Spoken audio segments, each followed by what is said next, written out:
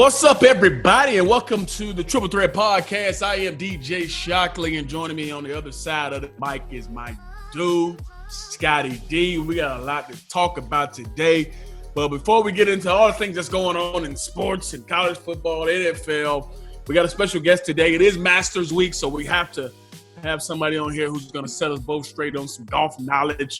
We got John Lepak joining the show. Have you ever heard of John Lepak? He's a former golf pro, golf instructor, lives out in Cali, does a good job on Instagram. You got a funny Instagram.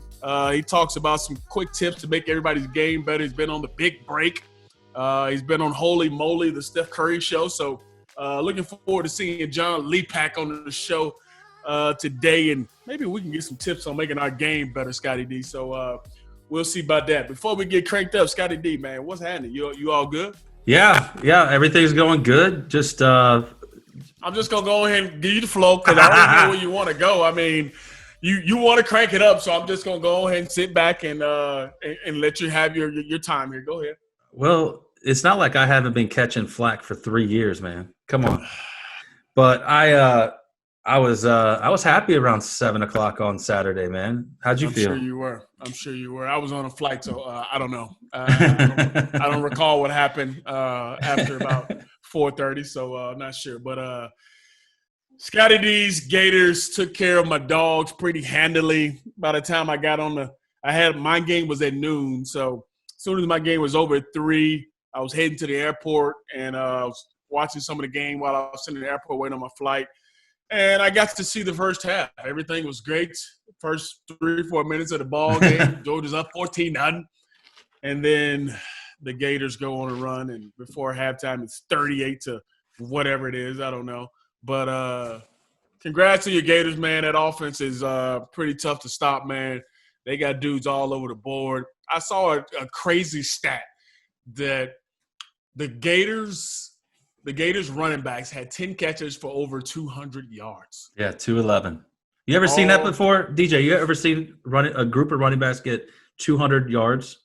No, I've seen backs have a big part of the game plan. I've seen backs ball out, but not have over 200 yards, which was crazy. So yeah, Gators in prime position right now, man, to be in the East. So they got a chance to possibly take on Alabama. I want to ask you this before we even get all the way down that road to play Alabama. We still got a lot to go on for the season. But right here, right now, do you feel as though your Gators can hold up versus Alabama in the SEC championship game if it comes to that?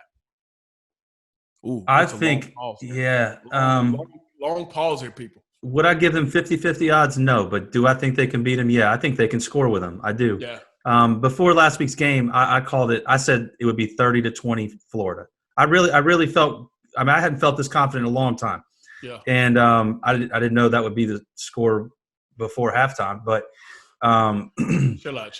I'm just saying. I was shocked. I was shocked by the first 3 minutes, but I wasn't worried yet. But I was shocked that there's a lot of injuries on Georgia's defense, and. One thing Georgia doesn't have that I think Mike Griffith touched on it last week was Georgia doesn't have an explosive running back right now. And in spite of that first play from scrimmage of the game. Man, forget just a running back. Georgia needs explosive receivers, man. Ain't nobody scared of receivers on the outside right now. I know, yeah. I mean, when we have one of our best out there, he didn't play. And I mean, come on, man. Do you think Jake Fromm was as part of the reason Jake Fromm was as good as he was is because he had Nick Chubb and he had DeAndre Swift. He had Sony Michel. He had guys like that that helped. Yeah. I don't think that, I watched Georgia earlier in the year. I think it was against Auburn. And God, every time I looked up, they were getting 7, 8, 9 yards. It was amazing. And but Mike made a point that it had been hundreds of carries since they had a carry over 26 yards. Crazy. He said that last week, and I saw him pointed out on Twitter this week as well. And then first play from scrimmage goes for 75, but man, that was it. That was it. I mean, Georgia ended up with 102 yards rushing, so that tells you what happened. After that big 75-yard run. So and then the final thing is that Georgia knows now what Florida fans have known since basically Tim Tebow what it's like to not have a quarterback. and there's no excuse to me for programs. I felt like this for 10 years with Florida, or 15, whatever it is, 12 years. There's not an excuse for a Georgia and a Florida not to have a quarterback. Yeah. Now, it's I've experienced it. I don't know what Florida has next year after Trask leaves. I wish we had more than a year and a half, but they got to get that right, and then maybe the running backs can seem more explosive at that point. Maybe. Yeah, we'll see, man. Georgia got a uphill battle, but Florida's definitely have the right of way right now. Speaking of Georgia, speaking of some of these teams in college football this week, there were a bunch of cancellations happened this week. And before we get into the cancellations, let's Clemson, Notre Dame, big game last weekend. Notre Dame comes out on top in overtime. Clemson will get Trevor Lawrence back, but really, I thought good ball game, man. I enjoyed watching that game. Notre Dame looked really good. So maybe those two teams will meet again in the ACC championship. But postponements in the SEC are huge this weekend. Got 4 big games that are out. Texas A&M and Tennessee are postponed. Alabama versus LSU. Georgia, obviously, versus Missouri is canceled. And Auburn versus Mississippi State. So 4 big games inside the SEC are canceled. And the interesting part about it is Missouri has already had a postponement in the season. So they were projected to play on December 12th, but now they have 2 games that will be postponed. How the SEC handles that, and commissioner says there will need to be, quote unquote, evaluated for this ball game. So we'll see if they even play that game. They push it back to the 19th. What happens? It'd be interesting to see in that era as COVID is really making its mark on the SEC right now. Also, another big game, Ohio State and Maryland.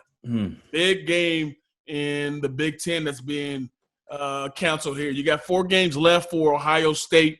They play November 21st versus Indiana, Illinois, Michigan State, and Michigan left on that schedule for this season. Scotty, do you ask you, man, about all these different postponements, Ohio State and Maryland being canceled, not even postponed, so that takes away from Ohio State. Your thoughts on the cancellations as well as the postpones? Since you have it in front of you, can you repeat those 4 teams that Ohio State has left? Ohio State has Indiana. Yeah. They have Illinois, Michigan State, and Michigan. And Michigan. Okay. Well, Indiana might be a test. Yeah, they've been good. They've been quite a surprise. But unfortunately for everybody else in the country, Maryland was I think a major hurdle, but it is a major competition for him. Yeah. I was looking forward to seeing that. What Talia, right? Talia Tagovailoa. You got that name yet? He's looked good because all we had to say was Tua. We didn't have to say Tagovailoa. But anyway, I think that I'm disappointed because that's probably – I don't think with the cancellations, man, I'm not really interested in anything this week hardly in college. So the Ohio State-Maryland game I was certainly interested in. Now, they were still almost 2 touchdown underdogs at home, but or actually I think that game was at Ohio State. But no, it was at home. So they weren't given much of a chance, but I think that would have been a good game. I think that the Missouri-Georgia game will be I think it'll end up being canceled, especially if Florida beats Arkansas this week. I ain't gonna need to play. There's no standing issue. Nobody has a chance to catch them. So that game just may get scratched. And but the Big Ten just they didn't build in anything, and they took so long to start. They didn't build in any. All these SEC teams have been able to make up games. They don't have that luxury in the Big Ten. And that's why this is big news, because Ohio State is one of the teams that everybody looked at as being probably one of the top 4 teams in the country. And if you miss another ball game, it puts those title hopes in jeopardy for sure. So let's ask you the question: is a 6-0 schedule good enough to make it? Do you deserve to make it over a bunch of teams that played 8, 9, 10 games, 11? I think if you have an opportunity to watch Ohio State for 6 games, we've already seen them for 3 games. And we could clearly say Ohio State is one of the better teams in the entire country. So they play 6 games, they play 7 games, and we've seen their body of work in those 6 or 7 games. Okay. I got nothing against it. So if you feel by watching them they're good enough, I say put them in, man. So we'll see if it happens, though. Well, you know what, though? They won't be able to play in the Big Ten championship, will they? Well, you got to get to the max is 6, I believe it is. So. Oh, okay. And right now they got 4 games to get to 7. So we'll see if they can get there. Oh, one more quick news I want to bring up in college football. LSU, Miles Brennan may miss the rest of the year, quarterback at LSU. I feel bad for this kid, man. This kid waited his time, saw Joe Burrow last couple of years kind of blow up, and he's had some abdominal hip injury. Coach O thinks he's going to have surgery on it. But this guy started the first 3 games of the year, had 11 touchdowns to 3 interceptions, so he's playing good football for him. So just feel bad for this kid in his last year not being able to finish out this season. Yeah. So college football is going to be interesting this weekend, man, with all these games that will be cut out and postponed and canceled. So it's just the day and age we live in, man. Moving on to National Football League. One thing I want to start with is Christian Mack. C-Mac got back last week. Christian McCaffrey got back last week for the Panthers. Looked good, scored a couple touchdowns, but then got hurt again. Looks like he's going to be out. What do you think about Christian McCaffrey? Should he just shut it down for the rest of the year, or should he try to get back? Well, I think if the team's smart, they probably will. I don't know how severe his injuries, how long do they say he's going to miss, you know? I mean, if it's a sprained ankle, not high ankle, but if it's a sprained ankle or something like that, you wouldn't consider that, but it's what was it? It was his shoulder. Shoulder, yeah. Yeah. I mean, running back shoulders take a beating, you know. I think the way their season is headed, if I'm the owner and the GM and the coach, to me it makes sense to make sure that this kid stays healthy for the future for him. Yeah. All right, some other quick hits from some big games last week. We saw the Saints really crush the Bucs last week. Wow. Unbelievable game from the New Orleans Saints. Brady, they look bad, threw a couple interceptions. The Chargers, we've been talking about it for the last couple weeks of how the Falcons have found ways to lose ball games. The Chargers lose another close one, which they thought they won, had a good catch in the end zone for a touchdown. Unfortunately, not so much. And the vaunted Jets. The Jets had a chance to win. Now they're still 0-9. Scotty, do you really think they're tanking? Ain't no way they tanking. DJ, did you watch the end of the game? I did, but ain't no way them dudes tanking. Them dudes are playing hard out there. This is what I saw. I saw a receiver catch the ball and go down. I don't remember what the clock was at, but it was low. Yeah. And the Jets rushed to touch him to stop the clock for them to be able to kick a field goal and win the game. That's what I saw. Well, that's my interpretation. It was going to be down anyway. The guy gave himself up. The pastor trying to get in field goal range. The guy gave himself up, and it's just instinct to go tap the guy so you don't get up and run anymore. It's just instinct, So that's what I say. I don't think they're tanking, man. I think the Jets are good, man. I think they're just trying to – not good as in playing good football, but I think they're not trying to tank and all that, man. Other big games I thought that's coming up for this weekend, the Chargers taking on Miami, battle of the first-round QBs and Justin Herbert and Tua Tagovailoa in that ball game. Buffalo got a big win last week versus Seattle. We'll go against Arizona this week in Kyler Murray. The Seahawks and the Rams, a little division game there. Pittsburgh and Cincinnati. I thought this was interesting because Big Ben early in the week, positive for COVID, tracing, whatever it may be. Mm-hmm. See if he ends up playing this weekend. They say he's got an outside chance of getting in, so we'll see about that. And then the Sunday Night Football. Do you think New England has any chance versus the Baltimore Ravens? No. None? No. None? I kept for a few weeks, DJ, I kept betting on the Patriots after Cam came back because I kept thinking, no way a Belichick coach, and I may have said this last week, no way a Belichick coach team keeps losing and looks this bad. Yeah. And I stopped. I didn't even do it against the Jets. I didn't even take the Patriots against the Jets. That's crazy. And no, I think they're just horrible. That's crazy. Cam is inaccurate. And they're not – I don't feel like they're using his rushing enough. And now I don't know if that's a health issue or if he's getting too old to take that beating every week, which would be understandable. Yeah, but they just look horrible. Yeah. And so, no, I don't think there's any chance of them winning that game. All right, big game on Thursday night. We got Indy versus Tennessee. You got Indy, who got a really good defense, versus Tennessee. And Derrick Henry in that offense. It's good on good in that ball game. Who you got, man? Thursday Night Football. Who you got right now? I don't know. I keep. That's a tough one to pick. I keep selling the Colts short.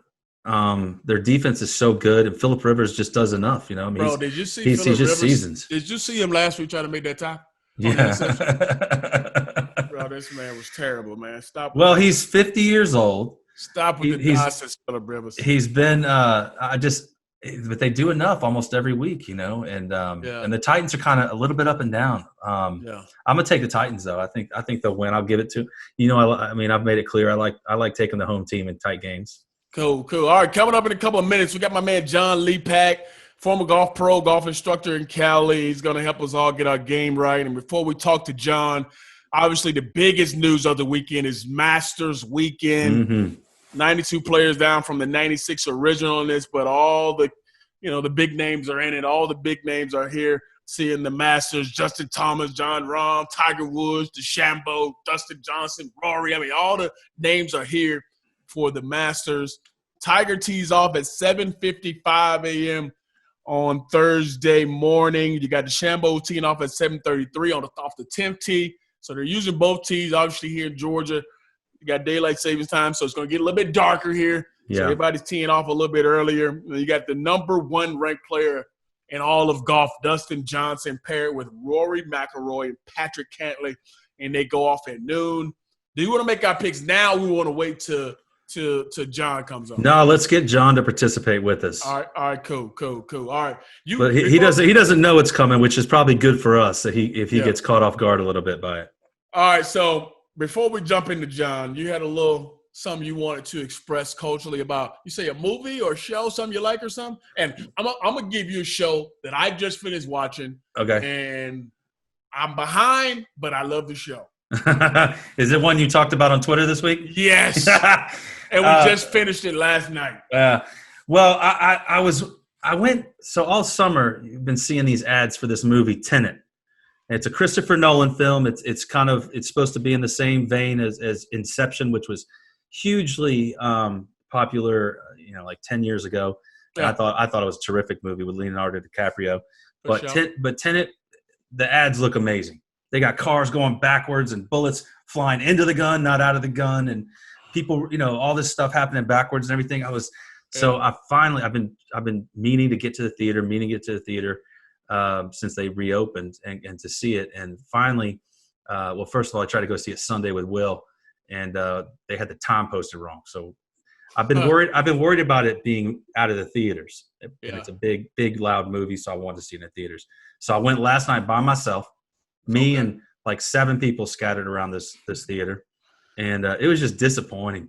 Disappointing, huh? Yeah. Wah. So you tell people don't go see it. That was what you're saying right now. I think you wait for it, see it when it's free somewhere. It was a disappointment. Now, frankly, all the people that wanted to see it bad, like me, I was probably the last one to see it. So everybody else has already done that, but it wasn't that good. But tell us about Schitt's Creek. Bro, I didn't know I was this far behind. I didn't understand that this show had been out, and I randomly just fell upon it. Me and my wife were looking for something to watch one night, and I saw this, and I was like, Schitt's Creek. And then I watched the trailer, and the trailer was, they were laying in this motel, and the pee, whatever was dripping on the guy's head or whatever. And it was funny, though. So then we started watching a few episodes, and before I knew it, bro, we were all into it. And I was like, where's this show been at? It's hilarious. I love the characters in there. I love Mara, whoever says the baby. I get a kick out of every time she says that. So they have the characters the characters in that show are just classic. Every single one of them is just hilarious in their own way. And such a great show. They all are like main characters, which is crazy. Like every person in there is like a main character to the entire show. And we watch how, it started. We watch a little ending part of it, and my wife's sitting there dropping a couple tears, like she's all sad, and she's like, "Why does it have to go off?" And I was like, "Yeah, it was a pretty good show." So I'm gonna miss now watching Schitt's Creek at night when we put the kids to bed. 30-minute shows are so easy to get binging in, because I've been watching Cobra Kai. I just finished that last night. I love Cobra Kai too. And that is those 30-minute shows they're so short. It's like got a good. I can't imagine you getting just one of those a week. Oh gosh. Oh man, I'd be distraught. and I got this 21 minutes, and I can't wait to see what's going to happen next week. Like, I'm so glad I did miss out on it, and I watched it all the way through. So shout out to Schitt's Creek, man. I love that show, man. It was fun to watch that show. Everybody on there was awesome. So it was cool, man. But that's our little tidbit, man. If you guys got your favorite shows, let us know, man. Hit us up at the Triple Threat Podcast and let us know if there's something we have missed, because I obviously missed out on Schitt's Creek. So let us know, man. Now we got coming up my man John Lepak, man. Let's talk some golf. Let's get our games better. Maybe he can help us virtually. We'll see what happens. John Lepak coming up next on the Triple Threat Podcast.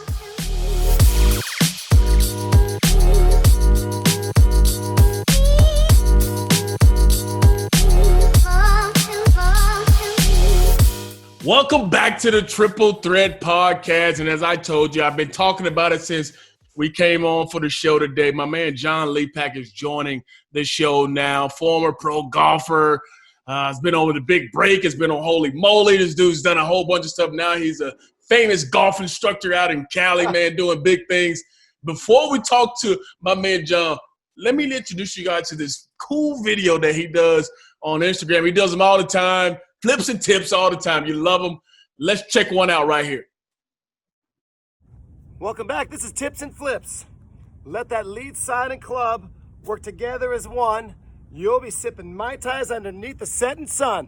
We're talking about the basic chip shot today. Let the left arm lock in with the side of the body. Keep that weight forward. Add a little rotation through impact. It's as simple as that. Keep things working together.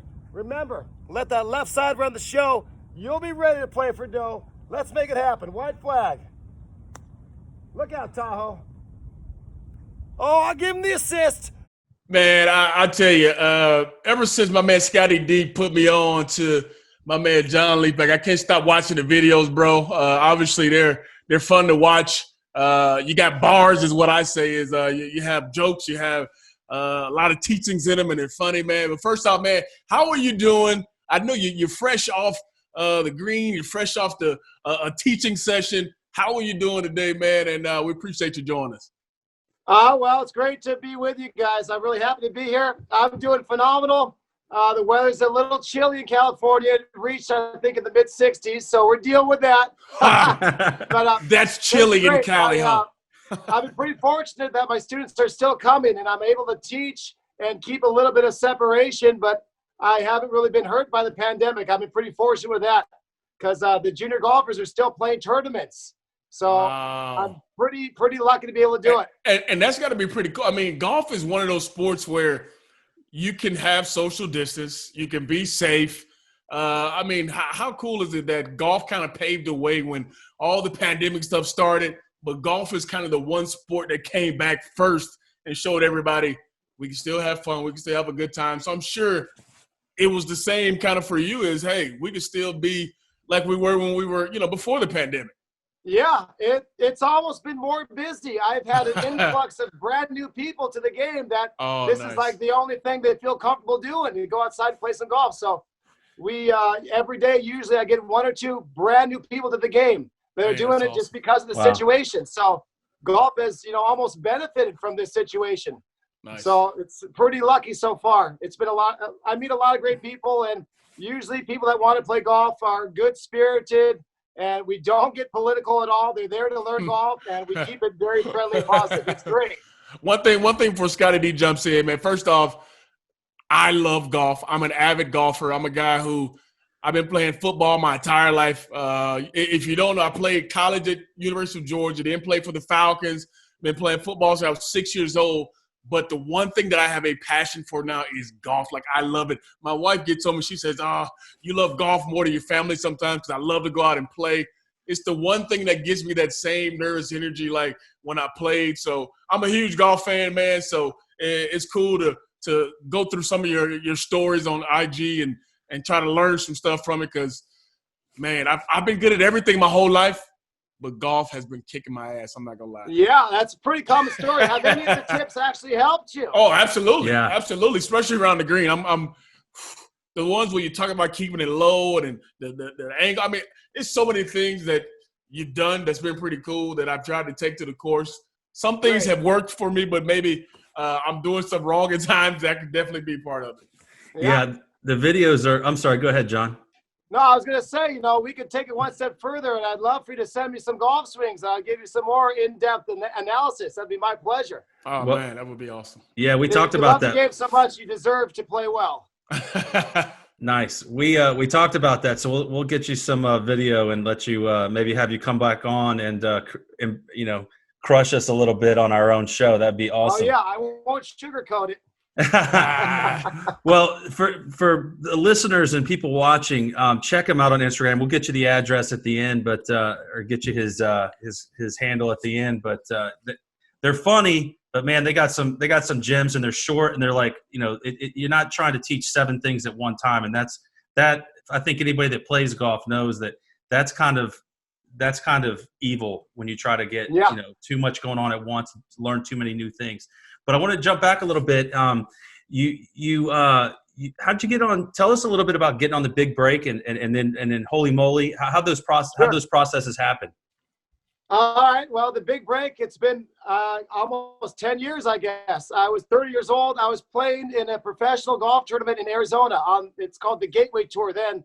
I'm not sure if it's still running or not, but it was a professional tournament going on. And they brought the producers came to the course, and they gave us all one night to see if we wanted to audition. So they warned us that the next day in the tournament, if you want, you can audition for the next season of the big break. They wanted to get a better class of golfer this time, is what they're telling us.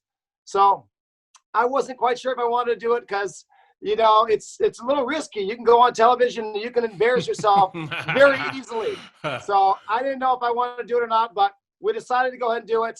And I'm a musician as well. So I wanted to find something that can maybe stand apart from the rest of the crowd. So that night I wrote a song called Waiting for My Break. Oh, and nice. It's still one of the best songs I've ever written. The song just about wrote itself. It was like meant to be. And then the next day during my interview, I sat with my guitar, I played him the song, and I sang the music for him. And luckily the guy that took my interview was a musician himself. So he was really happy with it. And he's like, wow, was that an original? I said, yeah. He's like, would you be able to do that in front of 5 million viewers? I says, I don't see why not. So that's when it all started. I told my backstory and everything like that, but it was really the song that got me on the show. And I ended my interview saying, if you don't consider me, at least consider my song. They swallowed it hook, line, and sinker. And then like 3 months later, I got a call telling me I'm on the big break. I need to get my clubs and my guitar ready.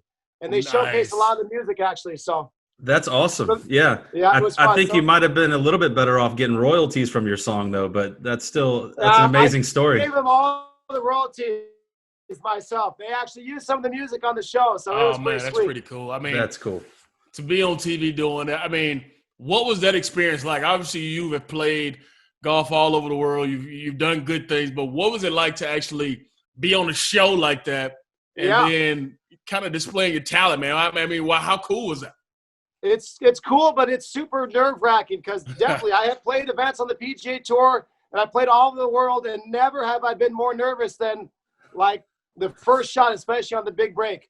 Because when I'm playing on tour, usually I'm not threatening the lead, so I don't have a film crew behind me. But every single shot you hit on the big break, you got 50 to 60 cameras in a swarm around you, some above you on a crane that's floating, moving around.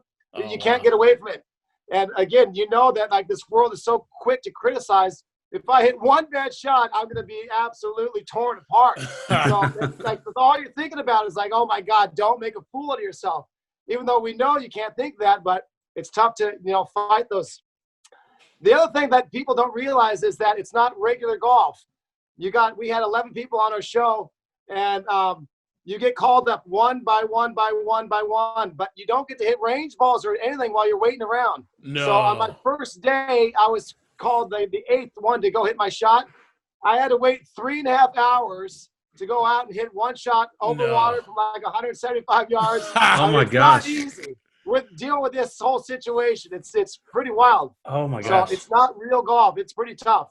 It looks a little easier than it is on TV, but it's a challenge, but it's a fun challenge.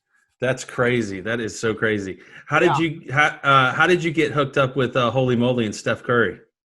All right. Well, that was the kind of the same situation. One of my students that I was giving lessons to, she got an email randomly saying they're doing a local audition in LA for a show from the creators of Wipeout with, big cash prizes, and Steph Curry's involved.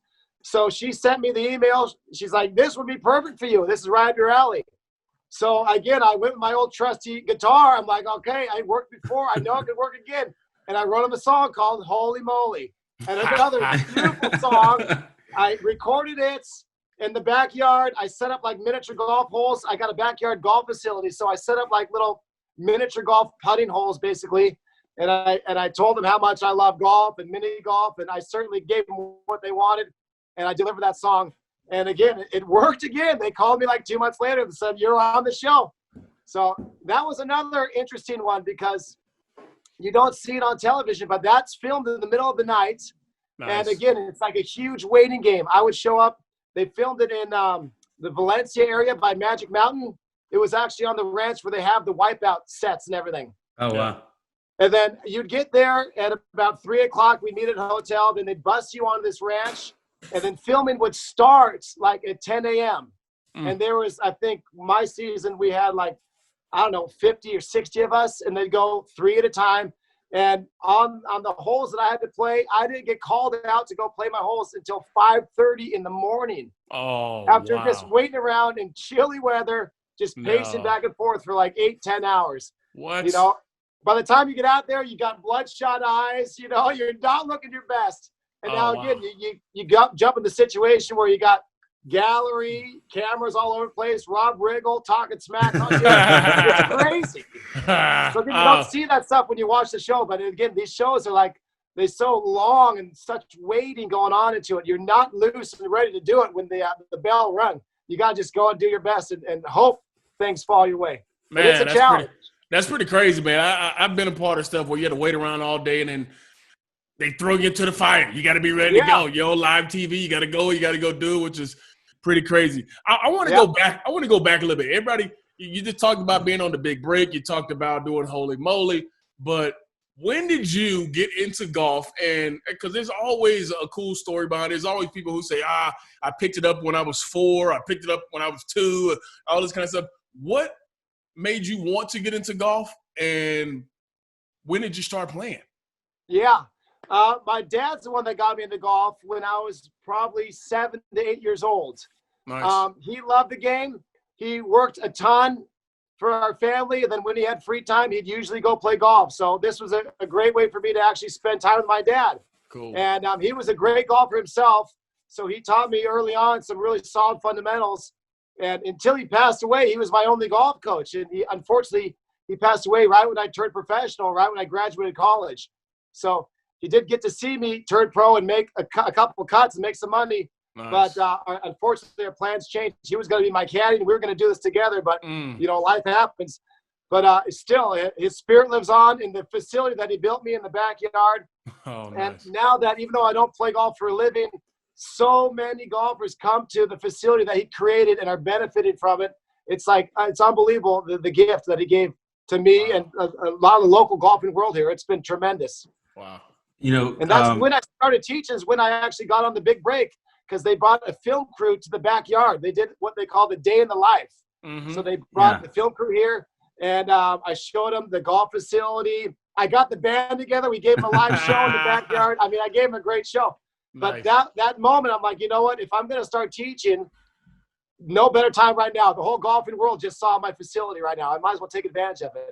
That's awesome. So again, people listening, you can see his facilities from, tight angles everywhere. Tell us a little bit about what you got going on in your backyard because it's crazy. Yeah, it's a unique situation here. We got a 6,000 square foot bent grass putting green. And first of all, we're up on top of a hill. So we got views of like all of Orange County and LA County, all the way to the ocean and Catalina Island when it's clear. So a huge putting green. We got 15 tee boxes up to 135 yards at different elevations, mostly above, but some way below the green. I got a bunker with a 6-foot wall on it that you got to splash out of. We built a driving range facility with a launch monitor set up so we can do full swing analysis and cameras, all that. Nice. And it's kind of a niche situation because a lot of my golfers come to me and let's say they already have a full swing coach, but they come just for short game work, so I can kind of double dip that way. There's not a lot of great short game facilities in Southern California. There's just not a lot of space. So there's not a lot of places you can work on a 40 or 60-yard pitch shot, besides on the mat hitting range balls. Yeah. So it's really a unique spot. And then I can grow the grass up as high as I want, or I can double or triple cut the green. I mean, usually for Masters, we have a Masters party where I'll triple cut the green and I'll roll it twice, and I'll cut all the cups on the ridges to make it as just nasty as possible. So I have complete control of the environment, so that's awesome. It's good, but it's a ton of work. I'm always fighting coyote digs and gophers popping up everywhere. Oh. It's an endless battle, but it's certainly a labor of love. Oh man, that's pretty. Man, you know what? The most interesting thing that I like about what you do, and people will let people know where they can find you in a minute, but how you deliver your messages, how you go about the entertainment part. And like Scotty D said, it only lasts, you get a minute on the IG, 30 seconds, whatever it may be. But talk to me about how you deliver, because the messages, they rhyme, they got, they're funny, they got stuff people can relate to. Is it kind of stuff that you come up with on your own and then you have to do it multiple times, or is it just like off the cuff and you just know?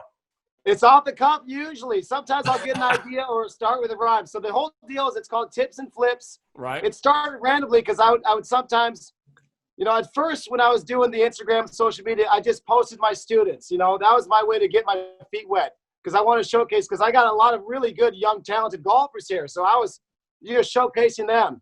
So eventually some of my friends were like, that's all great, but if you really want to do this, we want to see your personality. If you really want to make something of yourself, we want to see you on there. Yeah. So then I started doing some like little 1-minute clips, and most of the time I'd be in my sandals. It'd be super casual. And how I teach, it's like certainly like a positive form of coaching, where I try to always uplift my students, because you play the game, you got to be positive out there. It's so easy to get beaten up and get depressed and get down on yourself, and that does not work well. Man. So if I can just not only help someone's fundamentals, but make them believe in themselves, and make them more confident in themselves, I get way better results, and so do they.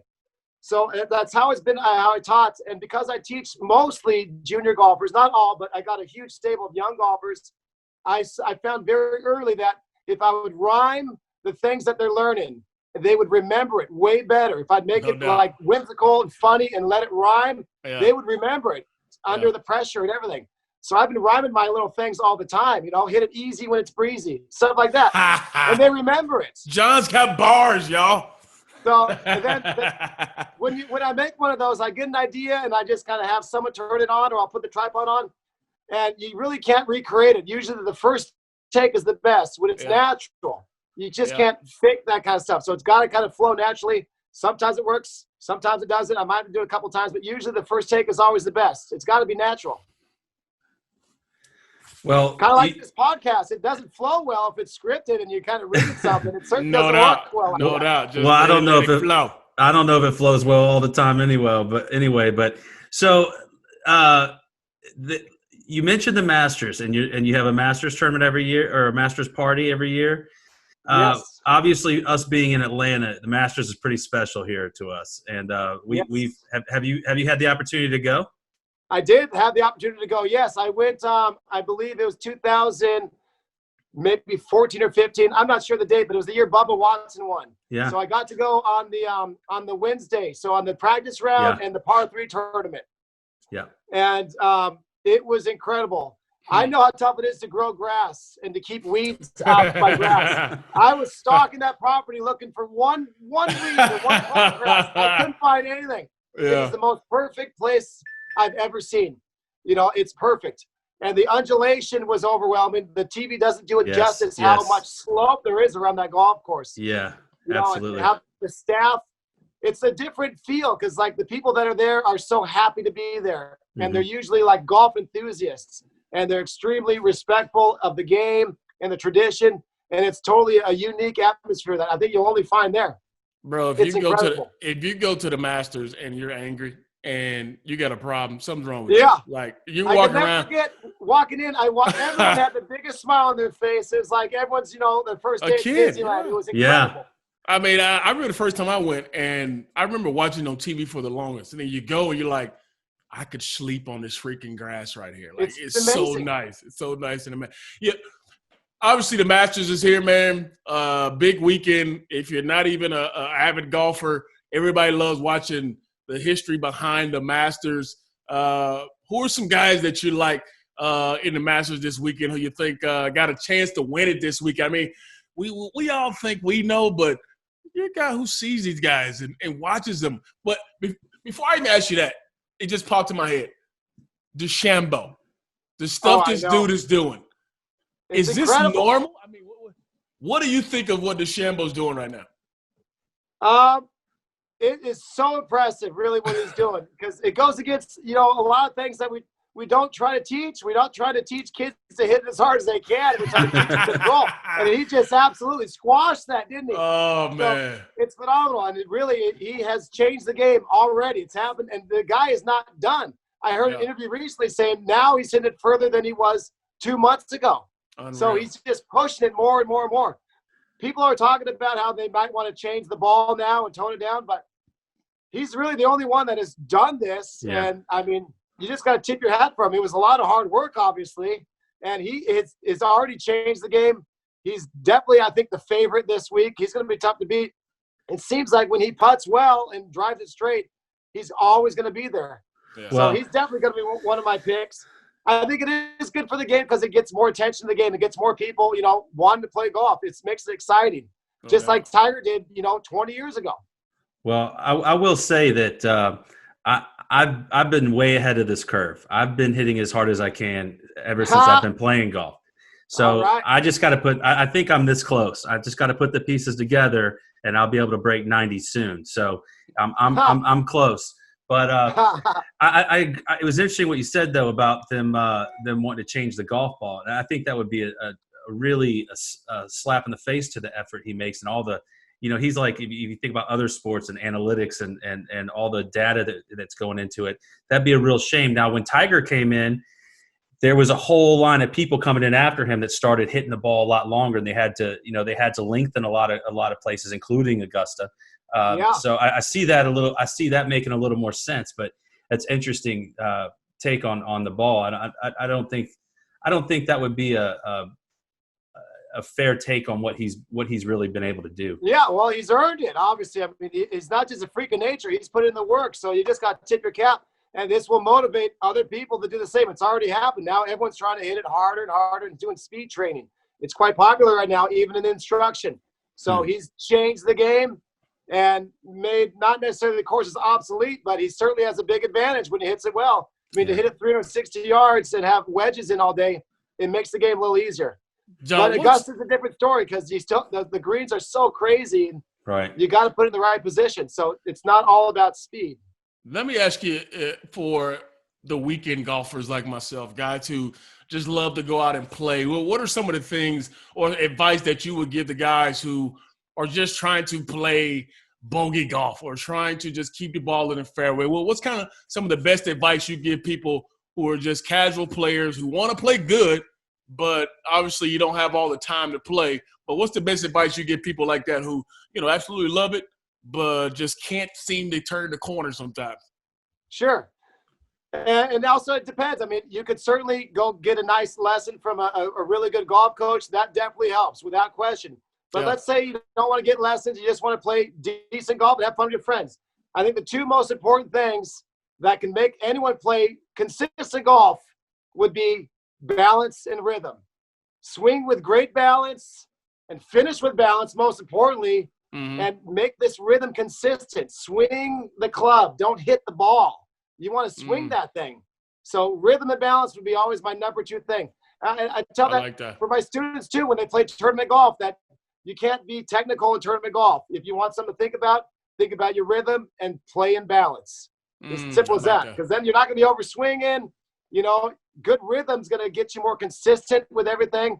It's a timing-oriented game. So that's one thing you can focus on under pressure. That seems to help. Nice. I like that. Yeah. And then a rock-solid routine. Get yourself a routine, that is consistent and that doesn't take so much time over the ball. You got to stay fluid and loose, and when you stop, you got to let that thing go.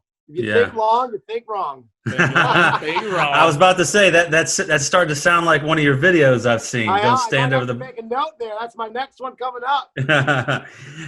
So, listen, we're going to we're popping this on you now, but we're going to have a little pool, a little competition amongst the three of us, if you're game.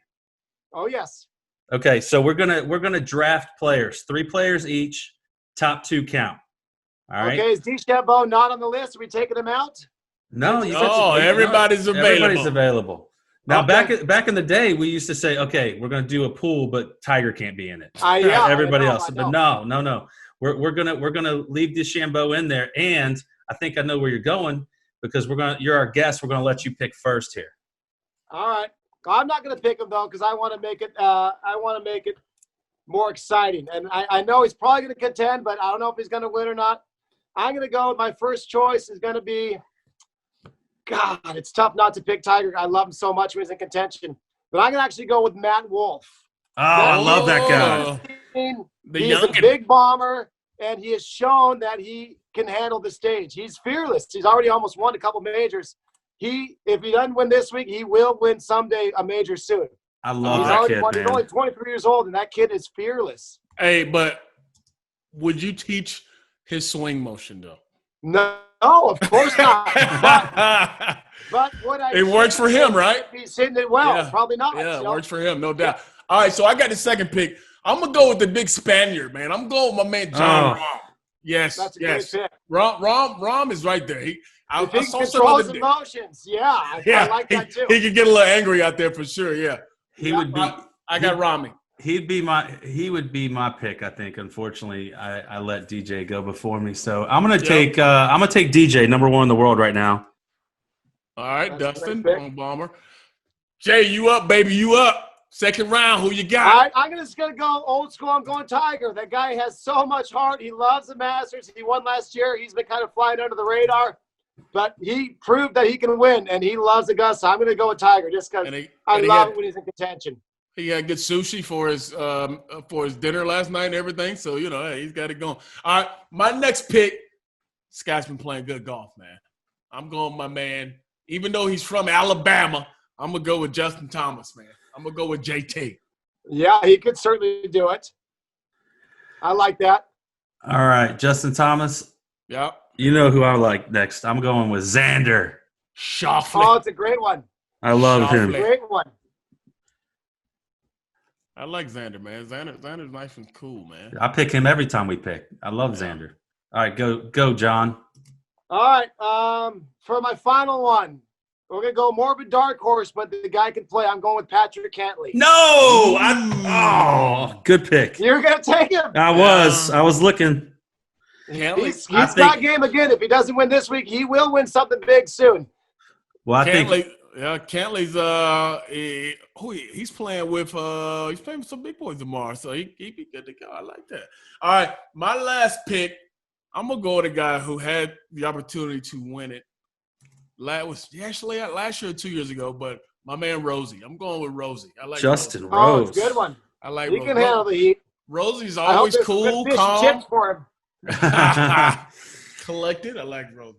All right, last and final pick. Y'all just let Rory fall into my lap, so I'm taking him.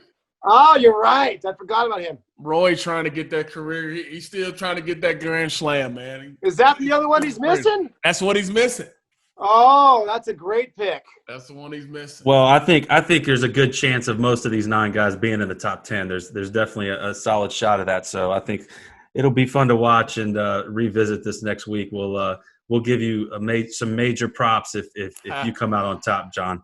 Hey, John, let everybody know where they can find you, man, on IG so they can follow these cool stories. People can look them up and get some of the humor and also get some tips that we all been getting. Send me some swings. I can evaluate anyone's swings. If they want some help, I'm happy to help them. Send them my way. It's just under my name, John Lepak, JUHNLEPAK. Find me on Instagram, or if you just want to check out the instructional videos, tips and flips. Just type in tips and flips, hashtag. Get ready to laugh. Tips and flips. I like it. All right, man. We hope you guys have enjoyed this episode on the Triple Threat Podcast with John Lepak. You say we can find him. He gave us some good tips tonight. He's talked about the big break. He's talked about holy moly. He's talked about tips and flips. My man has done it all. But, John, we appreciate you joining us here on the Triple Threat Podcast. We hope people continue to subscribe and listen. But make sure you go check out my man, John Lee Packer. This has been the Triple Threat Podcast for my man, Scotty D. For my man, John Lee Packer. I'm DJ Shockley. Deuces. Woo!